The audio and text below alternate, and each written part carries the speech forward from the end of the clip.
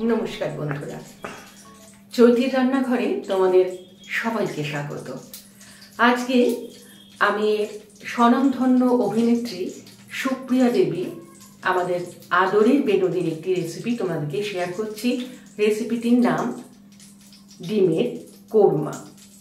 आमी एर आगे ओनार आरो एकटी डिमेर रेसिपि शेयर करेछिलाम। आमार मने हलो जे उनी तो आमादेर अभिनेतार संगे संगे उनी रान्नारो भीषण भालो रान्ना करतेन, आमरा सकलेई जानी। खूब सहज सिम्पल एक रेसिपि उनी आमादेर जोन्नो देखिए दिए गेछेन, आमी सेटाई तोमादेरके शेयर करछि। एबार चलो आमी जानिए दिई जे तोमादेर की लागबे। एखाने आमी डिम नियेछि, प्लेन मुरगिर डिम 8टा, नुन माखिए एकटू भेजे नियेछि। बादाम तेल एखाने व्यवहार होच्छे। नारकेलेर दूध आमी दिচ্ছি। ओखाने शुधु दूध छिलो, आमी जस्ट एटुकुई चेंज करेছি বলতে পারো। আমার কাছে দুধ অ্যাভেলেবল ছিল না, আমার কাছে নারকেলের এই ডাস্ট পাউডার ছিল, তাই আমি এখানে রেখেছি। এটাকে আমি পরে সেট করে দেব এটার সঙ্গে। এটা টমেটো কেচাপ, এটার সঙ্গে আমি নারকেলের দুধটা দেব। এইখানে রেখেছি আমি গোটা গরম মশলা, এগুলো একটু থেতলে নেব। এখানে আছে দারুচিনি, লবঙ্গ, ছোট এলাচ আর গোলমরিচ। টমেটো নিয়েছি 3টে, আমি স্লাইস করে এভাবে কেটে নিয়েছি। এখানে আমি পেঁয়াজ, রসুন এই দুটো জিনিস আমি কেটে রেখে দিয়েছি। কড়াইতে এরকম দেখছো তো বন্ধুরা, এটা আমি বাদাম তেল দিয়ে আগে কিন্তু ডিমটা ভেজে নিয়েছিলাম। খুব সিম্পল রান্না, আশা করি বেনুদির রেসিপি তো একটু তো অন্যরকম হবেই। এইখানে যে গোটা গরম মশলাগুলো নিয়েছি এগুলো কিন্তু আমাকে একটু থেতলে নিতে হবে।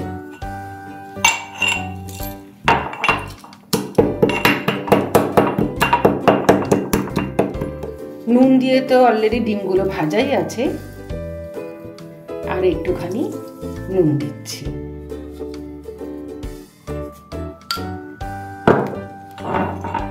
দিয়ে থেতলে রাখা আমি গরম মশলাগুলো দিয়ে দিচ্ছি। গ্যাসের ফ্লেমটাকে আমি একদম কম করে দিয়েছি। গরম মশলার গন্ধটা বেরোলে আমি কেটে রাখা পেঁয়াজ আর রসুনটা দিয়ে দেবো। একটা জিনিস তোমাদের বলি, এই রান্নায় কিন্তু আদা এবং কাঁচা লঙ্কা কোনো ব্যবহার কিন্তু হচ্ছে না।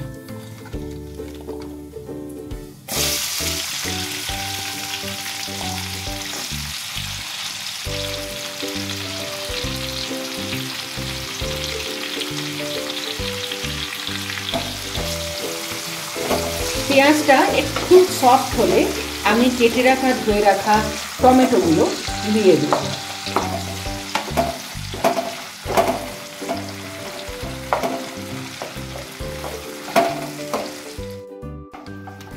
পেঁয়াজগুলো আমার সফট হয়ে গেছে, আমি কিন্তু এখনো ঢাকা দিইনি। আমি কেটে রাখা টমেটোগুলো এবার দিয়ে দিচ্ছি। কিছুক্ষণ নাড়াচাড়ার পর আমি টমেটো গলার জন্য আমি ঢাকা দিয়ে দেব।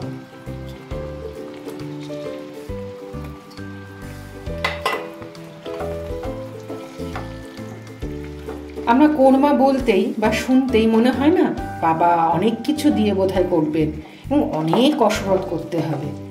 আমি এই বেনুদির রান্নার দেখাতে গিয়ে তোমাদের দেখলাম উনি কত সহজ সিম্পলভাবে রান্নাটা আমাদের জন্য শিখিয়েছেন আর কি। একটু নাড়াচাড়া করে আমি ঢাকা দিয়ে দেব, টমেটোটাকে গলতে দেব এবং গ্যাসের ফ্লেমটা সর্বদাই লোতে থাকবে। আমি ঢাকা দিয়ে দিচ্ছি।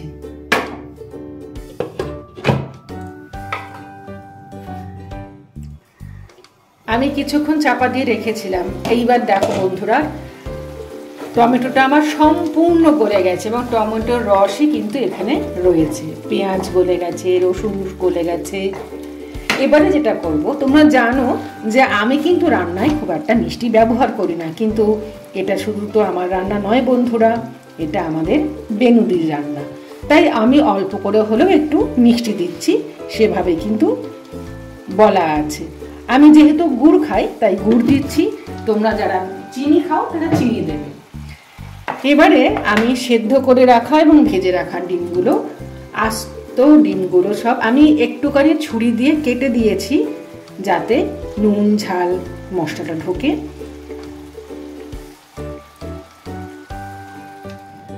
আমি ডিমগুলো দিয়ে নাড়াচাড়া করছি। একটা জিনিস তোমাদেরকে শেয়ার করি, অনেকগুলো ডিম তো সেদ্ধ করতে গিয়ে একটু না ফেটে গেছে, তোমরা কিন্তু কিছু মনে করো না বন্ধুরা, ওটা মাঝে মাঝে হয় বলো আমাদের রান্না করতে গেলে। আমি একটু গন্ডগোল করেছি, ডিমটা একটু ফেটে গেছে, নাহলে সবই ঠিক আছে।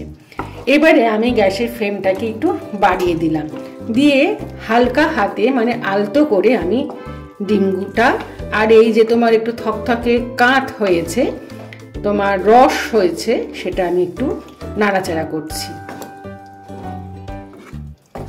এটা তোমরা ফ্রাইড রাইস দিয়ে খেতে পারো, পরোটা দিয়ে খেতে পারো, রুটি দিয়ে খেতে পারো, ঝরঝরে ভাত দিয়েও খেতে পারো, মানে সেভাবেই উনি বর্ণনা করেছেন।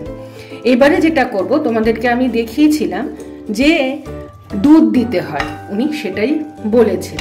তো আমার কাছে ক্রিমি দুধ ছিল না, তো আমি সেই জায়গায় নারকোলের দুধ ব্যবহার করেছি, আর কিছু কিন্তু আমি চেঞ্জ করিনি।